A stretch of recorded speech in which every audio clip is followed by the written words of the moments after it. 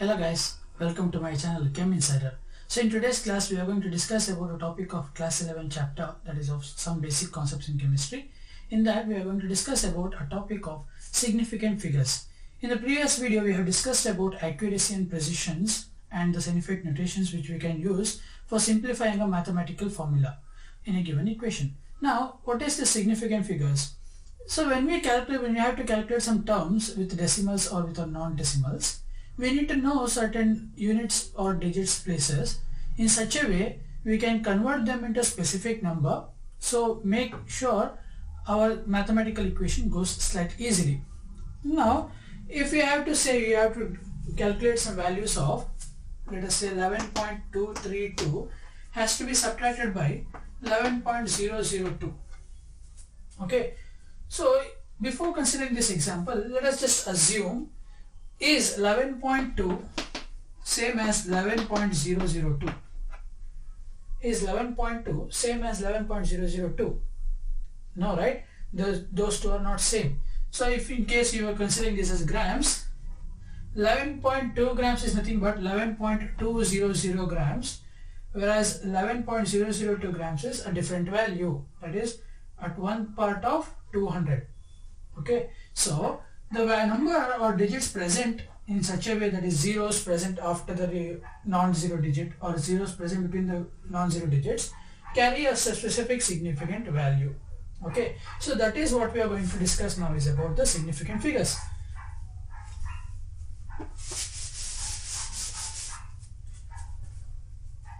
That is significant figures.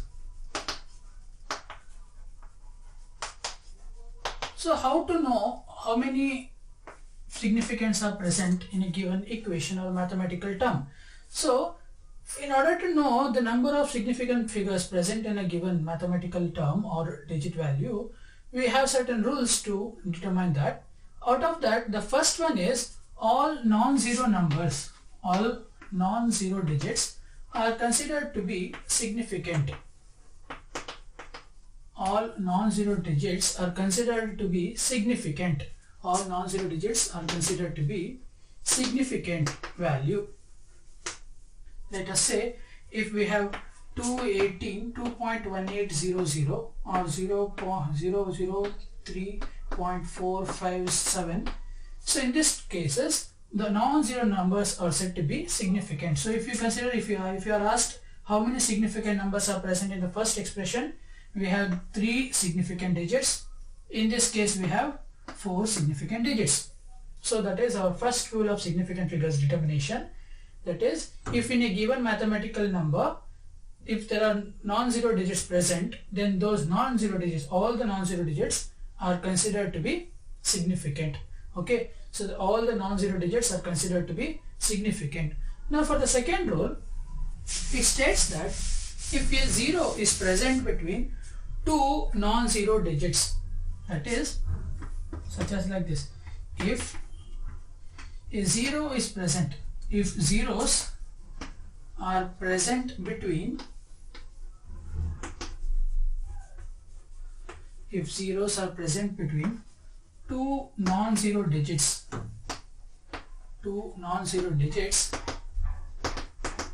then we consider them as significant number. For example, in 2.0018 we have total of 5 significant digits. In this 2.0018 we have 5 significant digits. In 2.1800 we have just 3 significant digits. That is, we are going to ignore the 2 zeros present after the decimals of 18. okay, if zeros are present between 2 non-zero digits, then those zeros are considered to be significant figures. If they are not present in between 2 non-zero numbers, then those are not considered as significant figures. The third point says, if there is zeros present between 2 non-zero digits, if there is zeros present between 2 non-zero digits, let us say 2.004.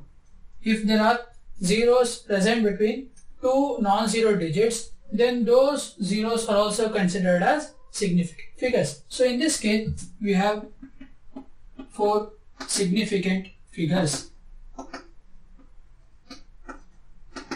if there is 0 present between two non-zero digits, then those zeros are considered as significant figures.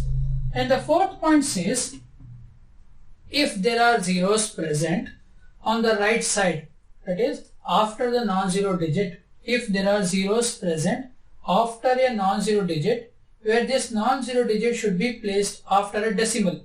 Let us say 0.2100. If there are zeros present after non-zero digits which is placed after a decimal, then those zeros are also considered as significant figures. In this case, we have again 4 significant figures. This is the fourth rule, that is, if there are zeros present after a non-zero number which is placed after a decimal point, then those values are also considered as a significant figure. Okay. And the last one, fifth rule, states that if there are zeros present, after a non-zero digit, but there is no decimal to be found, let us say 21,000.000. If it is not like this, if it is like 21. If this is such as like this 21.0000, then this number, the zeros present after the decimal, are considered to be non-significant. If the terms are present in such as like this, then these terms are said to be significant. Okay, so if the zeros are present after a non-zero digit and between those two we have a decimal, then those zeros are considered to be non-significant. And if we have numbers, if you have zero digits after a non-zero digit, and after those zeros if you have a decimal value, then those digits are also considered as significant figures. Okay, so this is about the 5 points which you have to be reminded, if you have to remember, in order to know the number of significant figures present in a given value. Okay, next is addition, subtraction and multiplication of significant figures. So how are we going to do that? In order to add, subtract, multiply or divide a significant figure by another significant figure values, we need to consider certain points. That is, if you are considering a non-equal significant figures terms, let us say you are adding 21.023 with 1.2. If you are adding 21.023 with 1.2, you have to align them in such a manner the units are added with the unit values of one another, and the values after the decimal should be aligned one after the other. So the values present, or the number of digits present after the decimal, should be equal. If there is no digits present, in order to equate those two of the digits present after decimal, we can write zeros, because we know that those values have a significant figure value. Now you can add 21.023 with 1.200. You can add 21.023 with 1.200. Next, 21.023 plus 1.200. So on adding these two, we get 3 plus 0, 3, 2 plus 0, 2, 0 plus 2 is 2, and 1 plus 1, 2, 2. So now for the decimal, we need to align them along like this. So that will be addition of significant figures. Now if you have to subtract these two, so what we are going to do is, we are going to calculate simple method of addition. So 3 minus 0 is 3, 2 minus 0 is 2, and we have 0, we need to borrow 1, it becomes 10, 10 minus 2 is 8. So on borrowing, this 1 becomes 0. So now 20 minus 1 will be 19. So the answer will be 19.823. So this is how we solve a addition or multiplication on a significant figure values. Next for multiplication, let us say we are going to multiply 2.5 into 1.25. 2.5 into 1.25. So on multiplying this 2.5 into 1.25, just ignoring the decimal, what we get is 3.125. 3125. On ignoring the decimals, just multiplying those numbers, we get answer 3125. Now for placing the decimal, what you have to observe is we have a term with 1 digit after a decimal and we have a term with 2 digit after decimal. On multiplying, the number of digit after the decimal gets added up. If you have 1 and 2 on two different terms, so they get added up to 1 plus 2, they forming 3. That means digits of the place of decimal should be after 3 digits from the right. 1, 2, 3. That gives us 3.125. And one thing you have to remember is if you are getting a value of different values, different terms, the number of digits after the decimal should be more than that of the highest number of decimals present. So 1.25 has 2 digits after decimal, so the answer should be equal to 2 digits or more than 2 digits. You can consider as 3.12 or you can also take it as 3.125. In this case, we have to take 3.125. In some other cases, let us say if we have given 1.25 into 2, then you will get a value of different value. That is, if you multiply 2 into 1.25, you will get 2.50. 2.50. In this case, you have to take 0 in this value. Okay, that is because we have 2 digits after decimal and we have to denote 2 digits after decimal, and this 0 holds a significant value. Right. So this is how we consider significant figures addition or multiplication or division. Next, if you have a very large value of significant figures, what you have to do is you need to reduce those significant figures into a lesser value, or let us say decimals after 4 digits after the decimal. So how to do that? We have certain rules to follow. We'll check the rules now. Those rules are, first one, let us take a value 2.25791.8. So this is the value which you have to reduce to a least possible value. First, in order to reduce a decimal value to its least value, start reducing from the rightmost number after the decimal. So the last number of the decimal is to be considered.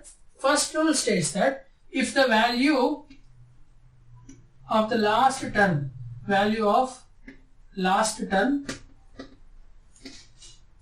is A, if greater than 5, if the last term is greater than 5, then increase its next term.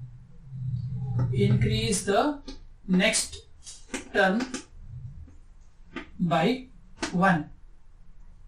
If the last term is greater than 5, then we have to increase the next term, that is the previous term, by 1. So this, on reducing, this is greater than 5, what happens is it will be equal to 2.25792. That is, we have increased the previous term before this by 1. We add 1 to that. That is 2.25792. Next, if we have value less than 5. Now in this case we have a value of less than 5. So if you have value less than 5, decrease the previous term. Decrease the previous term by 1. Decrease the previous term by 1. So if you have this, now this value is less than 5, so that can be written as 2.2578. That is, we are reducing this 9 by 1, that gives us 2.2578. So this is how we convert a long significant figure value into a shorter one. So further you can convert these again to 2.258. So this is greater than 5, we need to add 1 for 7, and next 2.25 can be written as 2.26 because 8 is greater than 5. So what if the last term, the last rule is, what if the last term is equal to 5? If the last term is equal to 5, the previous term has not to, there is no need of changing the previous term or the next term at all. Let us say if you have 2.2795, so in this case the last term is 5, that is the term which has to be removed is equal to 5, therefore there is no need of altering any term before it. So 9 should not have to be changed, you can write it as it is. And similarly, if the last term is equal to 0, you can also ignore that also. If the last term is the multiple of 5 or 10, that is 5 or 0. If the last terms are 5 and 0, 5 or 0, then the previous term is to be unaltered. There is no need of adding or removing 1 from that value. Next we are going to discuss about dimensional analysis. So this dimensional analysis is also said to be a unit label method or unit factor method. Dimensional analysis. So what is this dimensional analysis do, or what is the requirement of doing this dimensional analysis is, if you have to calculate something in a mathematical formula, as I said, we need a use of units. So now if you have different units for a given term, like for example, if you have asked to subtract some stuffs of given values, let us say you have given 3 kilograms of rice, you will give 3 kilograms of rice, and then you have asked to remove about 3 milligrams of rice from it. First they have given you 3 kilograms of rice, and now they are asking you to take away 3 milligrams of rice from this 3 kilograms of rice packet. So now what happens is, if you directly subtract these two, you get 0, right? If you just subtract the numbers present, you get 0. That means you are left with 0 rice. But actually it is not the matter. What happens is, you have to convert one of the unit with respect to the other unit. If you have considering 3 kilograms of rice, you need to convert this 3 milligrams of rice into unit of kilograms, so that we can clearly subtract these two. Like for example, if you consider this is 3 kilograms of rice bowl, and if you are asked to remove just 3 milligrams, it is just removing this portion of rice, right? If you subtract these two, if you with the just number values, you will get 0. But if you remove 3 milligrams of rice from 3 kilograms of rice, you will be left with more amount, right? So what we have to do is, we need to convert that particular 3 kilograms of rice into milligrams, or we need to convert 3 milligrams of rice into kilograms. So how can we do that?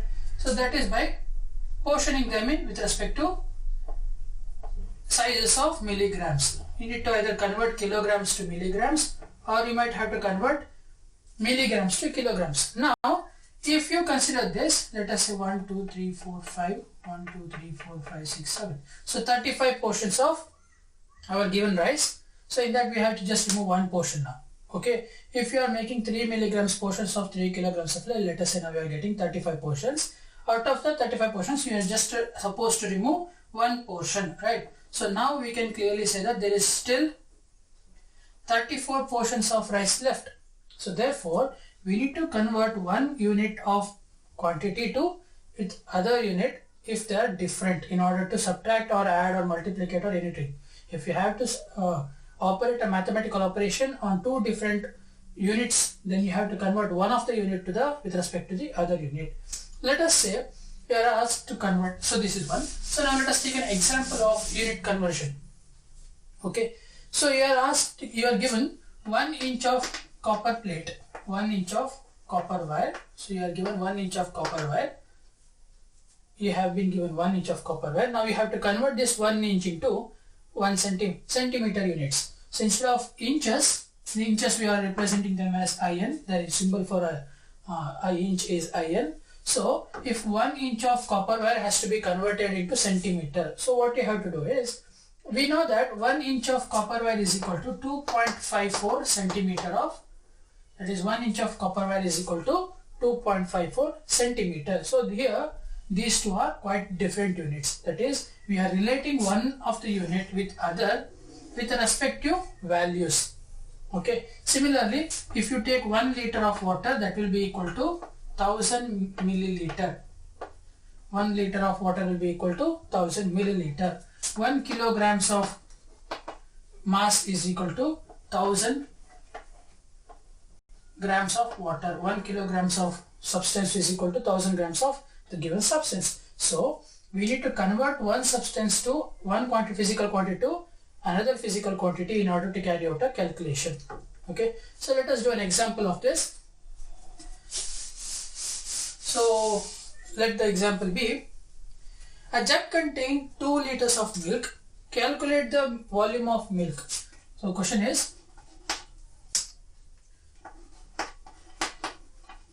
a jug contains 3 liters of milk. Jug contains 3 liters of milk. If you drink, okay, let us say if you drink 250 cm cube, if you drink 250 cm cube of milk, what is the leftover volume? What is the leftover milk volume?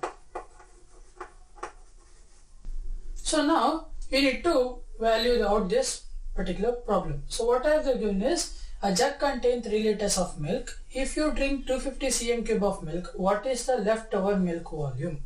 So now if you observe over here, this 3 is much more lesser when compared to the numerical value of 250. But what we know is liters and centimeter cube are not always same. So what you have to do is, first you need to convert one of the unit to its respective other. So let us consider, we know that 1 liter is equal to 1000 cm cube. 1 liter is equal to 1000 cm cube. So therefore then 3 liters will be 1000 cm cube into 3.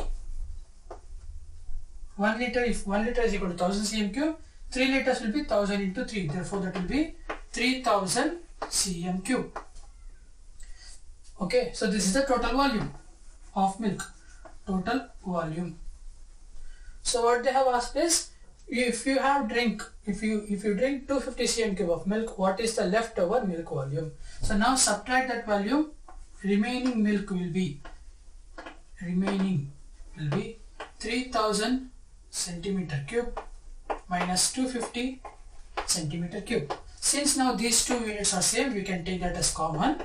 That gives us 3000 minus 250 into cm cube. That will be 2750 cm cube. So you can further, if you want, you can convert this into liters itself. That is, by dividing this by 1000 we get 2.75 liters. So that is, if they ask, if you have to give the answer in the terms of centimeter cube, 2750 is good. If they ask you have to convert the volume in 2.75 per liter, they are asking you to convert those units in liters, then divide it by 1000, because we know 1 liter is equal to 1000 cm cube. So 1 cm cube will be divided by 1000. So dividing that, we get 2.75 liters. So this is how we convert one unit to other unit. Okay. So this is about the dimensional analysis which you have to convert in a given mathematical quantity calculations. So this is all for today. If you have any doubt, please do comment down below. And you can subscribe to my channel in order to get more updates of videos. I'm going to post videos every day. If you like this video, please do share among your friends so that they can get use of these videos. Thank you for watching.